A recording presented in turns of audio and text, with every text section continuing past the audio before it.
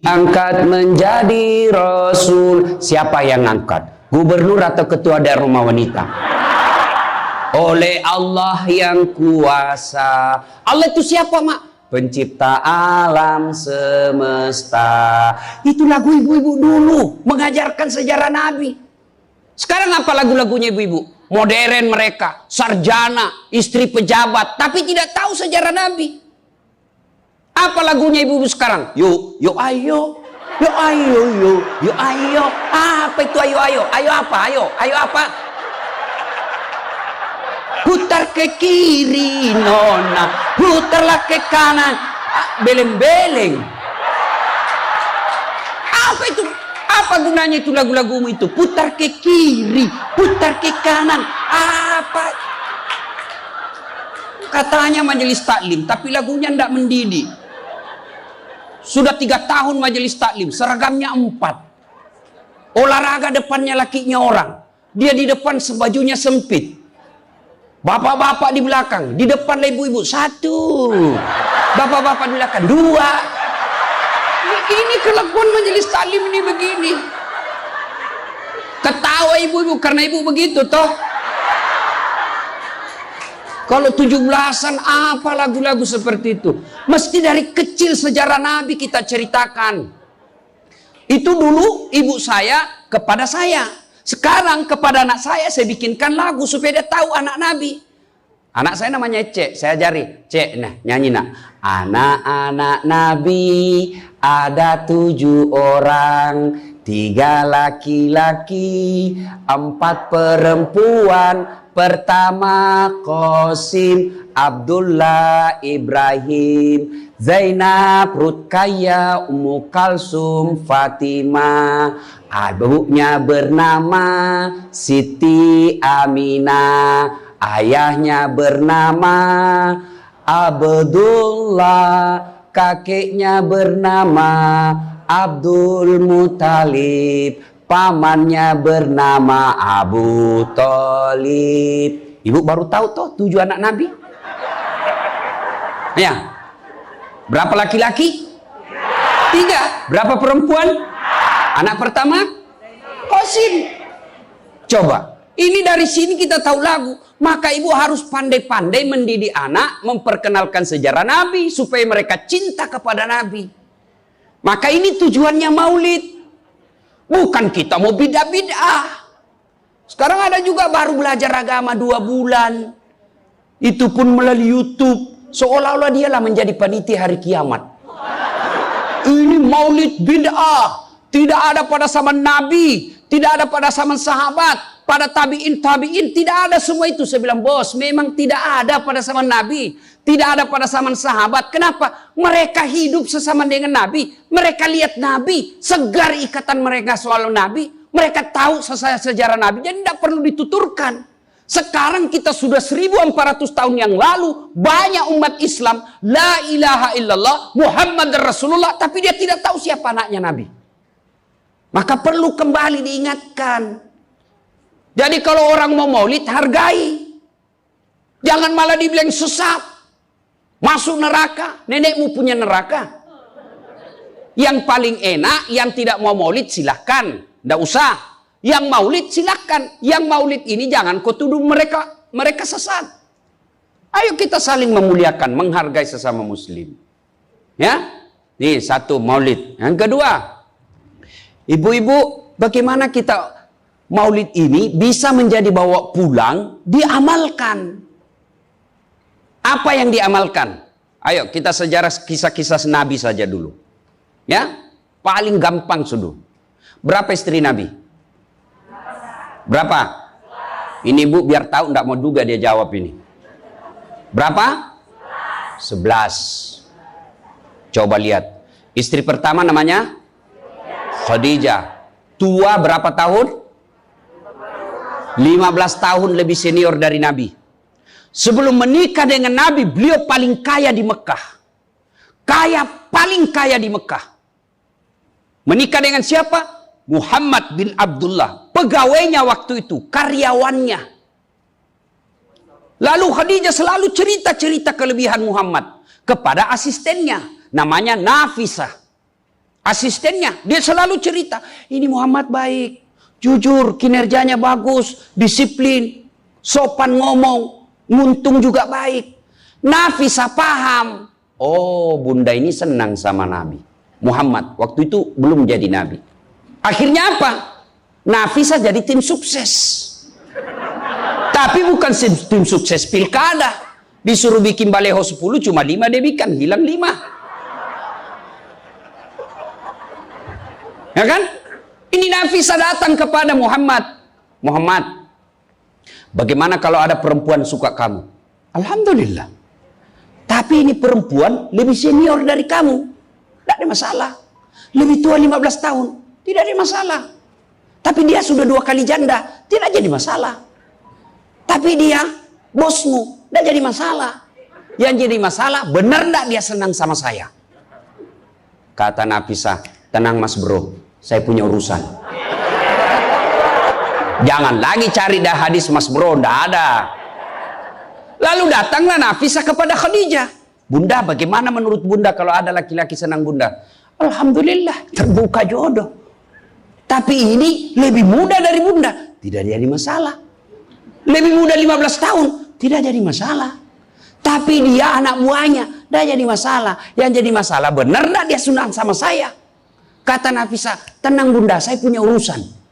Ini namanya tim sukses yang tidak mempermalukan kedua belah pihak. Coba kalau Nafisa mau memanfaatkan situasi, maka dia datang kepada Muhammad. Muhammad, dia suka kok bos. Tenang aja, ambil semua hartanya. Dia terlalu senang sama kamu. Nafisa kan tidak. Berarti ibu-ibu jaga perasaan orang, jaga harga diri orang, jangan permalukan orang meskipun ibu tahu ada aib dalam dirinya. Ini penyakitnya ibu-ibu.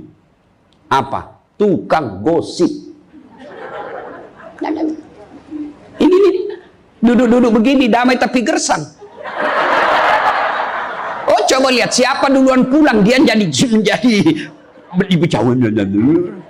Jadi gini Pak Gubernur itu dia duduk-duduk itu, dia tidak cerita tapi apa? Dia mulutnya tidak ngomong tapi bibirnya dong. Memang fitrahnya. Apa begitu orang sini? Bukan cuma di sini. Orang Amerika juga tukang gosip perempuannya. Fitrahnya. Maka Nabi katakan kalau perempuan mau selamat, jaga mulutnya, aman dia masuk surga. Cuma kan gampang sekali kita gosip. Lewat teman kita. Apa? Tidak serasi kudungnya sama roknya. Dia beli iya. Lipstiknya palsu. Kenapa kau tahu? Melengket di giginya. Semua mau diurus. Iya kan? Ini penyakit kita. Semua mau diurus. Ustadz aja dia gosip. Itu juga bajunya waktu di YouTube. Saya dengar tadi dilewat tadi saya dengar. Itu juga bajunya waktu di YouTube. Astagfirullah. Inilah penyakit ibu-ibu. Ibu. Mau gampang masuk surga? Ketika Nabi Isra Mi'raj kan dibawa jalan-jalan masuk surga. Subhanallah. Alhamdulillah. Banyak perempuan dalam surga. Begitu Nabi dibawa lihat neraka. Nauzubillah min zalik. Ya Allah ampuni hambamu. Ya Allah ampuni umatku. Ya Allah. Kenapa? Perempuan ternyata lebih banyak dalam neraka. Ditanya kenapa bisa begitu? Ada 2 kelemahan perempuan. 1, tidak mampu menjaga suaminya. Tidak mampu mengurus suaminya. Dan yang kedua tidak mampu menjaga lisannya. Jadi kalau ibu mampu menjaga lisan, aman. Itulah gunanya masker. Sudah ibu, semua mau diurusin.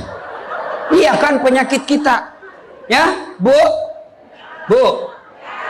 Maka bertanyalah ibu-ibu di Makassar. Ustadz yang saya cerita ini kan benar. Memang begitu sifatnya Ustadz. Itulah benarnya namanya ghibah. Tidak boleh kita cerita kejelekan orang. Kalau dia salah yang ibu cerita namanya fitnah. Tidak ada jalan. Ayuhibbu ahadukum kata Allah. Sukakah kamu memakan bangkai sesamamu manusia?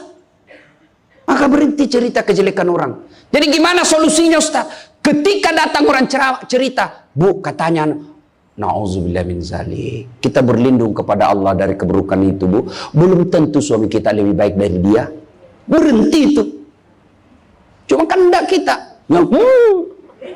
Memang. Enggak tahu persoalan. Biar enggak tahu persoalan. Ikut campur. Ibu kalau suka ikut campur bikin urusannya ibu, nanti takdirnya seperti tauge. Tahu tauge? Tahu tauge? Coba lihat tauge, Bu. Kita bikin soto Banjar, ada. Pecel, sayur, lemper, ada. Ada tuh kalau di Makassar ada lemper. Ayo, maka karena dia selalu ikut campur, Allah takdirkan semua tauge bengkok. Dan ada lurus toh? Maka kalau ada ibu-ibu majelis begini kumpul, teriaki saja, pagi-pagi toge nih ya. Ini penyakit perempuan. Maka ini gunanya kita peringati maulid, supaya ibu-ibu pulang berhenti cerita kejelekan orang. Tidak ada gunanya, menghabiskan amal-amal kita. Nabi pernah kumpul para sahabat dan bertanya, atadruna manil muflis? Saudara-saudara sekalian, kau tahu siapa yang bangkrut nanti di akhirat? Mereka tidak sholat ya Rasul, dia sholat. Yang tidak puasa ya Rasul, dia puasa. Yang tidak haji ya Rasul, dia haji. Yang tidak bayar zakat ya Rasul, dia zakat sedekah.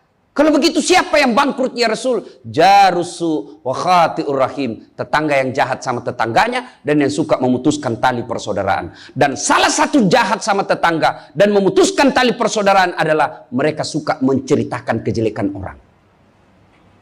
Adakah orang yang senang dicerita kejelekannya? Ada? Ada? Ada, Ibu? Lalu untuk apa kita cerita orang? Rajin betul istrinya majelis taklim, baik betul itu istrinya, tapi kasihan suaminya selingkuh kiri kanan. Lalu apa untungnya Ibu cerita? Ibu? Hei. Satu, pulang pengajian, tinggalkan gosip.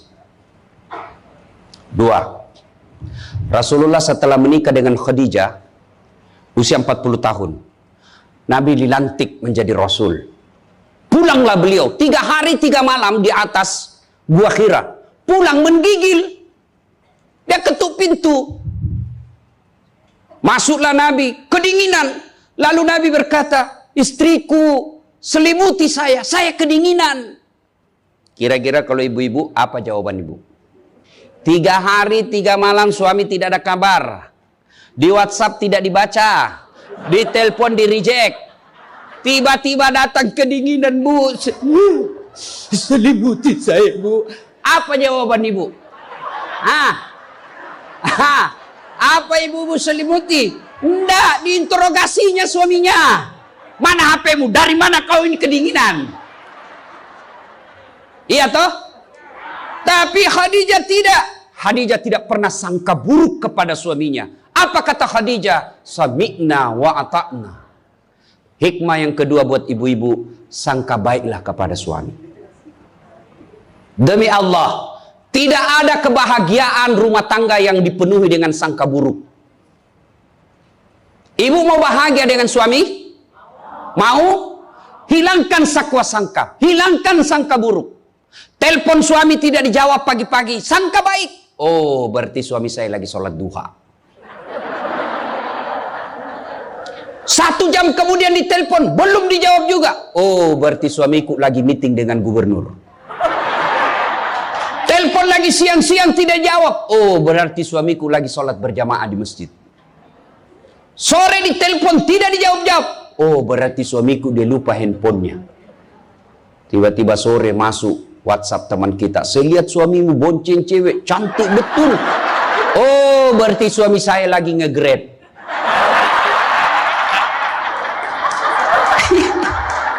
Perasaan. Ibu-ibu, demi Allah, tidak ada kebahagiaan orang yang selalu sangka buruk. Suami enak-enak kerja, hanya tidak dijawab telepon, ibu tidak bisa tenang di rumah. Sangka baik. Orang yang sangka baik, rumah tangganya pasti tidak bisa bahagia. Saya kasih contoh. Kasih contoh ibu. Suami istri 7 tahun tidak punya anak. Di tahun ke-8 dia pergi ke ahli kandungan, periksa istrinya. Wih, alhamdulillah, kata dokter, ibu sudah terlambat 2 bulan. Senang betul. Dia teleponlah suaminya, Pak, alhamdulillah hasil pemeriksaan saya sudah terlambat 2 bulan. Tapi Pak, jangan cerita-cerita dulu ya, malu kita nanti kalau tidak jadi lagi. Oke Bu, ini rahasia berdua, jangan cerita ke siapa-siapa. Setuju Bu ya? Setuju Pak. Oke. Beberapa hari kemudian datang petugas PLN. Assalamualaikum. Kata ibunya, waalaikumsalam. Siapa ya? Saya Bu, saya siapa? Petugas PLN. Oh kenapa Pak? Ibu terlambat 2 bulan. Kenapa dia bisa tahu saya terlambat 2 bulan? Wah, dia mulai curiga sama suaminya.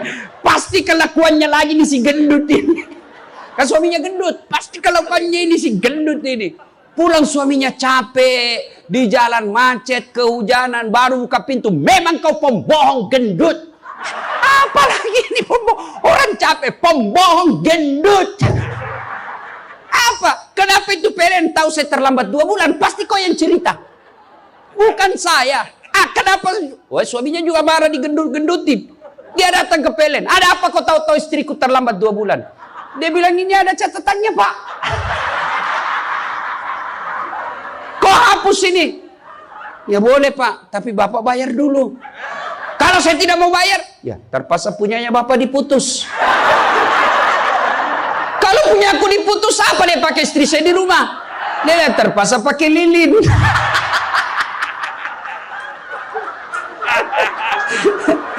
Inilah bahayanya sangka buruk. Bu, lo Ibu, Bu, Salatullah, salamullah, ala toha Rasulillah. Salatullah, salamullah, ala Yasin Habibillah. Oleh-oleh kedua pulang maulid, hilangkan sangka buruk. Tidak ada kebahagiaan orang sangka buruk. Begitu juga kepada pimpinan kita. Kok saya dimutasi? Sangka baik. Saya tadinya kok kepala dinas menjadi staf ahli, berarti Bapak dianggap ahli. Ini staf ahli kan enak, ahli yang tidak ada stafnya. Sangka baik. Oh, berarti Pak Gubernur merasa saya perlu istirahat, banyak berpikir. Sangka baik. Jangan pernah sangka buruk. Tidak ada kebahagiaan orang yang sangka buruk. Sangka baik. Saya dalam hidup saya, betapa banyak Allah kasih pelajaran, saya baru tahu maksud Allah yang baik setelah beberapa saat berlalu. Begitu ada kejadian sangka baik saja, tunggu akan muncul, oh ini maknanya ini. Tamat SMA kan saya daftar polisi Bu, tentara, akabri. Begitu tes fisik, tidak lulus. Kenapa? Ceper. Tidak cukup tinggiku Bu.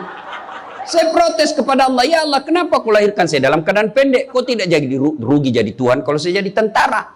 Teman saya lulus waktu itu Bu. Dia sekarang polisi 2 bunga, reserse, baret merah. Saya lulus pakai baret putih. Alhamdulillah jadi ustadz. Alhamdulillah karena baret putih saya pakai, mulai baret hiram sampai baret merah, saya ceramai semua. Yang terbaik. Gubernur sebelumnya kepala dinas, tiba-tiba kita tidak ada jabatan, sangka baik. Itulah hidup. Jangan pernah sangka buruk. Begitu juga kepada suami, sangka baik.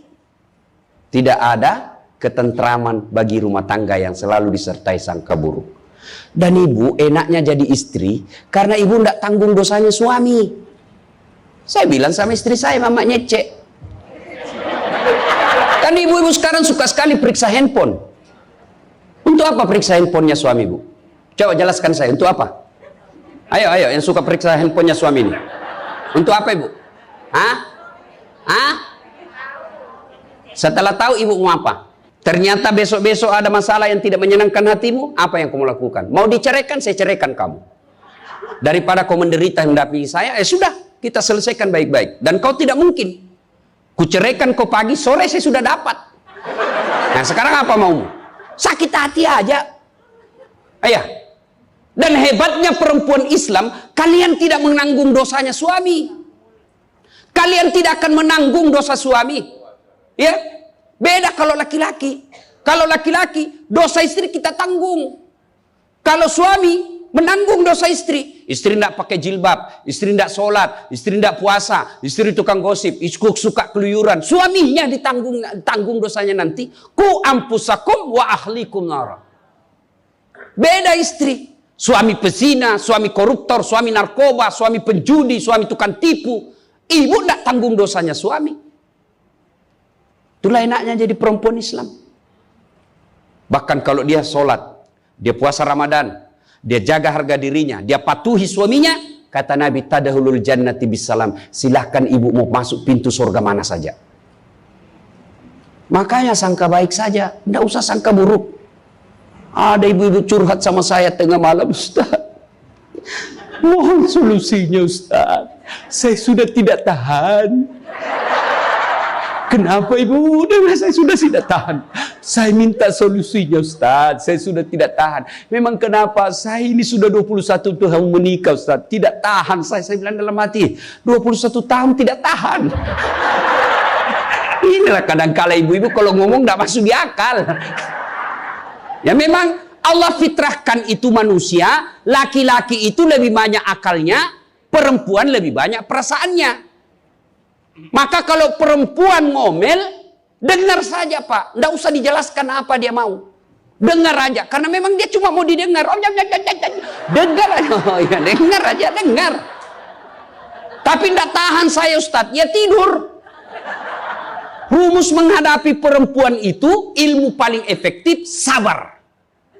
Tidak ada sudah kalah itu ilmu sabar. Diam, tidak usah dijelaskan. Biar dijelaskan, tidak masuk di akalnya. Apalagi kalau dia sudah bilang, pokoknya. sudah Pak. Lebih diam aja. Pokok, sudahlah. Dijelaskan satu, muncul pertanyaan dua. Dijelaskan tuntas yang dua, muncul lagi pertanyaan tiga. Sudah tuntas semuanya, dia ungkap lagi yang 5 tahun yang lalu. Itulah perempuan. Iya ibu toh? Maka dengarkan saja.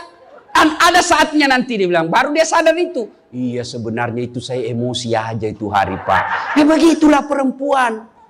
Dihadapinya jangan emosi. Saya sudah tidak tahan Ustadz. Kenapa? Sudah 21 tahun. Tidak cocok saya Ustadz. Saya bilang ibu tahu tidak baut? Tahu Ustadz. Apa pasangannya baut ibu? Mur. Sama enggak? Sama modelnya? Sama bentuknya? Beda. Justru perbedaannya yang membuat dia kokoh. Berarti rumah tangga tidak akan pernah kokoh kalau mau menyamakan.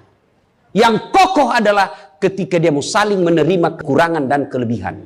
Itu pasti kokoh. Mana mau cocok jenis kelamin aja kita tidak sama. Iya. Pendidikan aja kita pasti beda. Latar belakang budaya kita pasti beda. Maka yang membedakan itulah kalau kita kelola dengan baik dalam rumah tangga. Dengan faktor utamanya sangka baik. Insya Allah bahagia rumah tangga. Ya, sangka baik.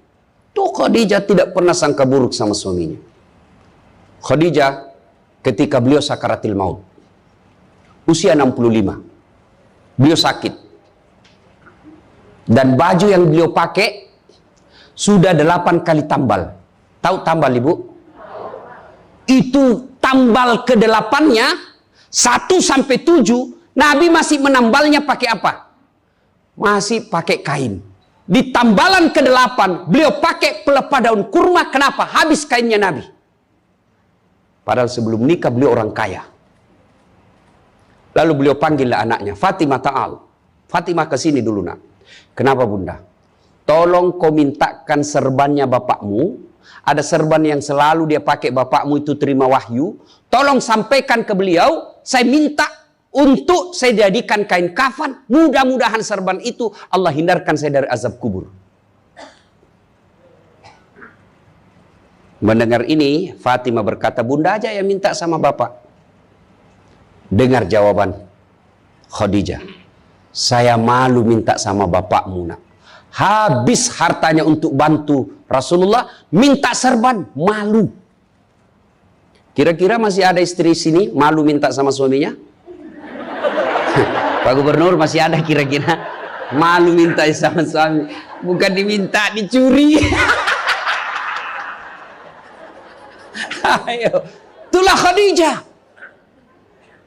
Maka jangan heran Khadijah meskipun sudah wafat, beliau tidur bersama Aisyah, beliau tidur bersama Aisyah, tapi siapa yang dikenangnya? Khadijah. Rasulullah hanya berkata, seolah-olah saya mendengar trompa kakinya Khadijah, seolah ada Khadijah dalam rumah kita. Aisyah cemburu, ya Rasulullah, ada apa sih kelebihan Khadijah? Khadijah sudah wafat, kau nikahi 2 kali janda, lebih tua dari kamu. Kenapa Khadijah terus? Dengar jawaban Nabi. Kau tidak pernah mampu mengimbangkan, menyandingkan atau menyamakan dirimu dengan Khadijah.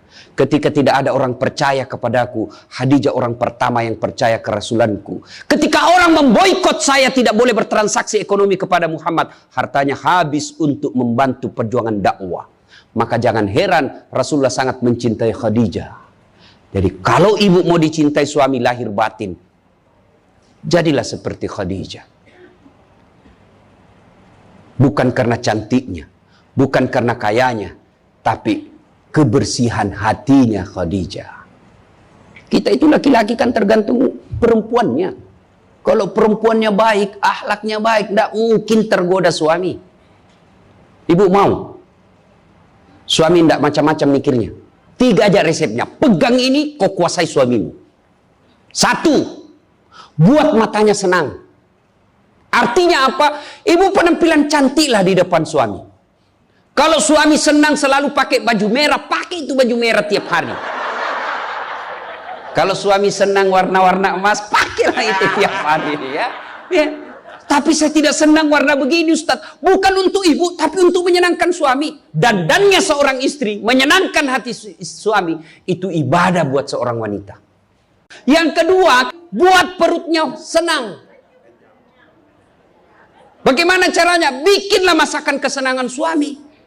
Kalau tidak bisa tiap minggu, sekali sebulan.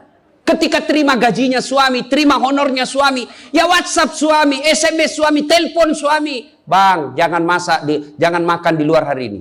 Hari ini saya masak spesial buat abang. Masakan kesenangan saya sudah siapkan di rumah bang. Aman bang, jangan makan di luar. Ini hari spesial buat abang. Senang kita jadi suami. Itu saya kalau terima SMS WhatsApp begitu, mamanya C di rumah dia goreng baru dia kirim. Rasanya kita mau cepat pulang. Ibu pernah WhatsApp suaminya begitu? Paling di WhatsApp, bang jangan lupa singgah beli telur. Bang habis gas.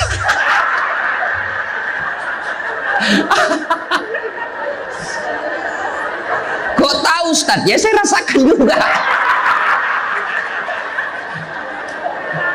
Pernah suatu kali Pak Gubernur pulang, saya ceramah takziah malam-malam di Makassar. Tiba-tiba masuklah WhatsAppnya mamanya C. Ustaz, habis pembalut. Aduh. Tidak mungkinlah sopir saya suruh ini istri saya.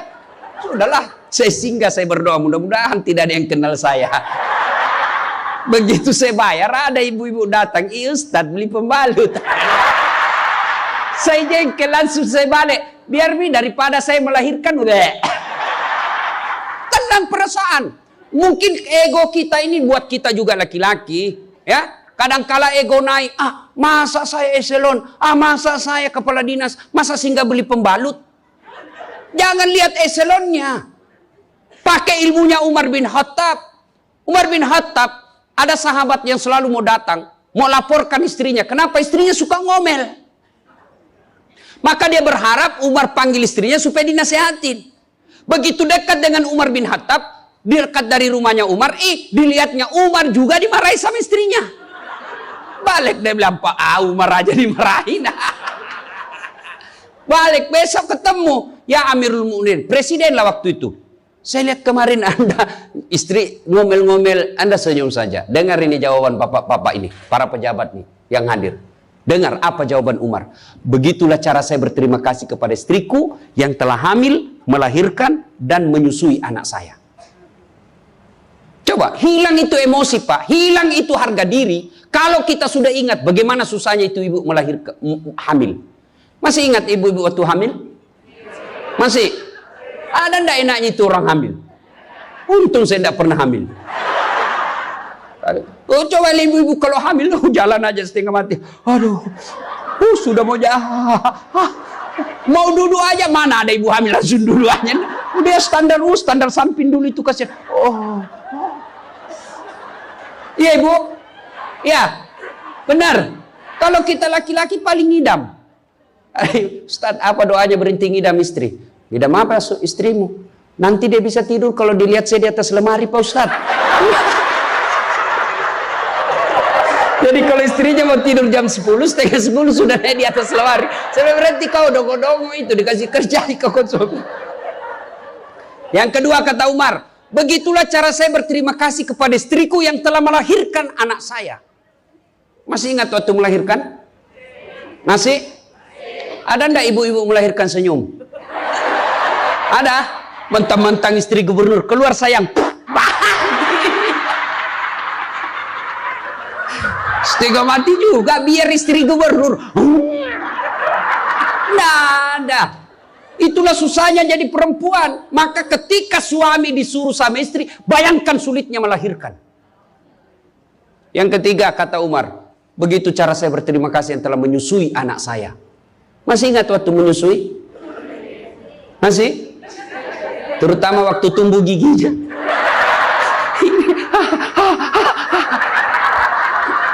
Masih ingat tak?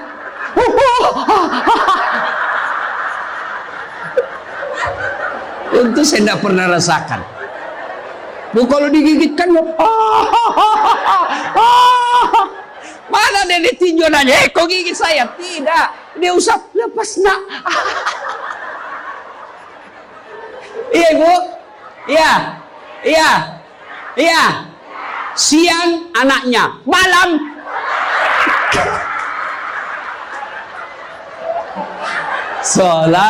Salatullah salamullah ala toha Rasulillah.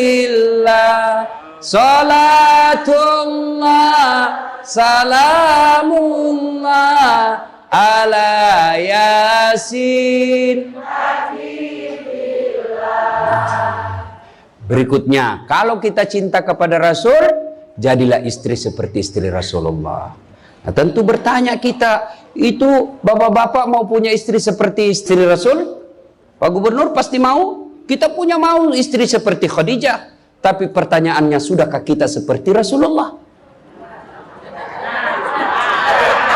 Tenang ibu-ibu, saya bela ibu-ibu hari ini. Tenang. Nah, kita mau seperti Khadijah, tapi kelakuan kita seperti Abu Jahal. Pembohong kiri kanan. Suami istri minta duit, tidak pernah ada. Benar, tidak ada. Habis biar baunya tidak ada lagi. Giliran selingkuhannya minta, gampang deh. Tunggu aja 5 menit. Ya, Rasulullah, coba. Begitu memuliakan istri, beliau tidak pernah kusam rambutnya di depan istrinya. Coba itu, buka itu barasanji sejarahnya. Rasulullah beliau yang bersihkan tempat tidurnya. Beliau yang tambal bajunya ketika robek. Beliau sediakan sarapan. Itu Rasul, manusia pilihan. Namanya selalu digandengkan dengan namanya Allah. Tidak malu, bahkan rela ikhlas membantu pekerjaan rumah tangga istrinya. Untuk meringankan kerjaan istri. Kita baru Satpol PP. Satpol PP. Apa Satpol PP? Polisi setengah. Baru pegawai honor, macam-macam ceritanya. Tidak ada kehinaan bagi laki-laki yang memuliakan istrinya. Tidak ada kehinaan suami yang membantu pekerjaan istrinya. Rasulullah mencontohkan itu. Beliau kalau keluar rumah sudah ada sisir. Masuk ke kamar rapi baru keluar. Kita sudah habis pisang gorengnya 4 masih berantakan rambut.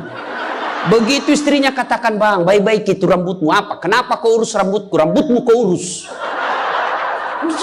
Itulah Rasulullah. Rasulullah subhanallah, dari 11 istri beliau tidak ada satupun yang dipanggil namanya. Beliau tidak pernah memanggil Khadijah. Beliau tidak pernah memanggil Aisyah. Aisyah beliau panggil apa? Ya Khumairah. Yang kemerah-merahan pipinya, karena memang Siti Aisyah merah delima pipinya. Maka bapak-bapak, Pak Kak di sini, Pak Karo, panggillah istri kita dengan panggilan kasih sayang. Wahai istriku yang termancung hidungnya di lorong 3. Yang tidak mancung hidungnya Ustaz, ya giginya lah kau lihat. Justru giginya mancung Ustaz.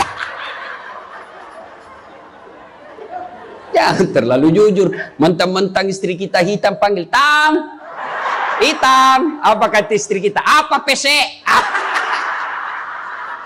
Masa suami istri? Katanya Islam ini agama yang paling paripurna. Kok kita saling PC hitam?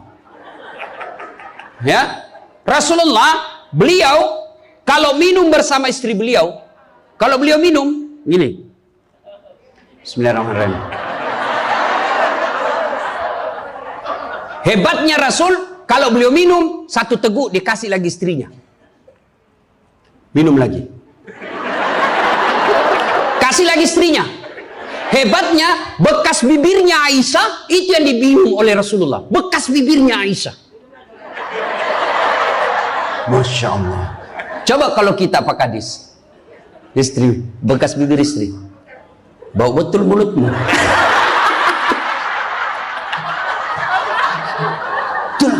Maka kalau ibu bapak mencontoh Rasulullah, maka rumah tangga pasti bahagia. Dia bukan cuma surga akhirat menunggunya, di dunia dia sudah dapatkan surga. Nggak usah ikut parenting, quality time. Apa itu? Belajar saja sama diri Rasulullah. Kita ini sudah miskin di dunia. Rumah tangga kita kadang-kala ngontrak-ngontrak. Tidak tahu lagi kewajiban istri kepada suami, suami tidak tahu kewajiban kepada istri, maka di dunia dia susah sanggara, di akhirat apalagi nanti. Maka kalau kita tidak bisa dapatkan kekayaan surga di dunia dengan harta, maka dapatkan kebahagiaan itu dengan memperbaiki hati dalam rumah tangga. Suami tahu kewajiban kepada istri, istri pun melaksanakan tugasnya kepada suaminya. Itu Rasulullah. Rasulullah subhanallah, manusia mulia tidak pernah menghina istrinya. Maka jadilah suami seperti Rasulullah Muhammad SAW. Ibu bapak saudara-saudara sekalian, suatu kali Umar bin Khattab menangis. Tiba-tiba ketawa lagi, menangis lagi. Datanglah sahabat bertanya, wahai Umar, kau sudah gila apa? Umar waktu itu sudah jadi presiden. Beliau katakan, bagaimana saya tidak ketawa? Saya mengingat waktu sebelum datang Muhammad SAW, saya pernah memakan Tuhanku. Dia bikin berhala dari roti, lalu dia makan itu Tuhannya. Dia bilang, bayangkan hebatku dulu sebelum ada Muhammad, Tuhan pun saya makan. Kan dia ketawa. Lalu kenapa engkau menangis ya Amirul Mukminin? Saya bayangkan sebelum Nabi Muhammad SAW datang di tengah-tengah kita, saya pernah mengambil anakku yang masih orok, merah, saya rebut dari istriku, lalu saya bawa ke belakang rumah, saya gali pasir, saya tanam sendiri anak perempuanku itu, lalu saya timbun, saya lompat-lompat di atasnya karena saya anggap ini perempuan anak pembawa sial. Begitu zaman jahiliyah. Alhamdulillah setelah ada Muhammad, mampu melahirkan kita seperti sekarang ini, bisa membedakan yang hak dan yang batil. Berarti Rasulullah dikenang kehebatannya karena berhasil memimpin, mengarahkan umatnya dari jahiliyah menjadi seperti yang kita nikmati sekarang ini. Berarti Pak Gubernur, kalau Bapak ingin dikenang sebagai pejabat, bukan hanya memperbaiki diri, tapi memperbaiki rakyat Sumatera Selatan. Dan alhamdulillah saya senang sekali mendapat berita Bapak punya program